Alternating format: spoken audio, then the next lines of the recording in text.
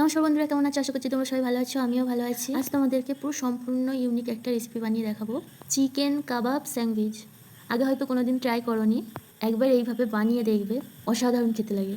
Like comment share করে দিও, subscribe করে অবশ্যই পাশে থেকো, সম্পূর্ণ ভিডিওটা দেখবে। চলো বানিয়ে দেখাই। প্যানটা মিডিয়াম গরম করে নিয়ে ওর মধ্যে 1 চামচ বাটার দিয়ে দেবো। বাটারটা এখন গলে মিডিয়াম গরম হয়ে যাবে, ওর মধ্যে রসুন কুচি দিয়ে দেবো। রসুন কুচিটা এখন এইভাবে লাল লাল ভাজা ভাজা হয়ে আসবে। এর মধ্যে চিলি ফ্লেক্স দিয়ে দেবো, অরিগানো অল্প দিয়ে দেবো। রসুনের সঙ্গে দিয়ে ভালোভাবে ভেজে নেব। খেয়াল রাখবে মিডিয়াম আঁচে ভাজতে হবে, নইলে পুড়ে যাবে, পুড়ে গেলে তেতো তেতো লাগবে।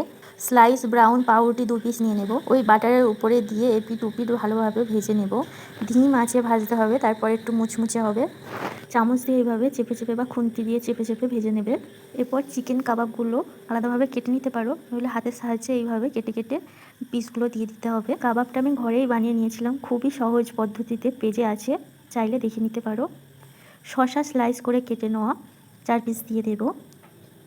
গোল গোল করে কেটে নেওয়া 2 পিস পেঁয়াজ দিয়ে দেব ও 2 পিস গাজর দিয়ে দেব। আমি ঘরেই একটা গ্রিন চাটনি বানিয়ে নিয়েছিলাম, ওইটাই দিয়ে দেব। আমি কোনো সস ব্যবহার করব না। এই গ্রিন চাটনির রেসিপি অলরেডি পেজে দেওয়া আছে, তোমরা চাইলে দেখে নিতে পারো। এর মধ্যে অল্প পরিমাণ অরিগানো চিলি ফ্লেক্স দিতে পারো, আমি আর দিইনি। অল্প পরিমাণ লবণ, মেয়োনিজ এইগুলোও দিতে পারো। আমার মনে হলো ওই দুটো অল্প গ্রিন চাটনি দিলে খেতে টেস্টি লাগবে, তাই দিয়ে নিলাম। তোমরা চাইলে নাও দিতে পারো। তারপর এইভাবে পিস করে কেটে নিলেই রেডি হয়ে যাবে। অবশ্যই এইভাবে একবার ট্রাই করো, কেমন লাগলো কমেন্টে জানিও। শেষ পর্যন্ত ভিডিওটা দেখার জন্য ধন্যবাদ। কাল আবার একটা নতুন ভিডিও নিয়ে আসবো।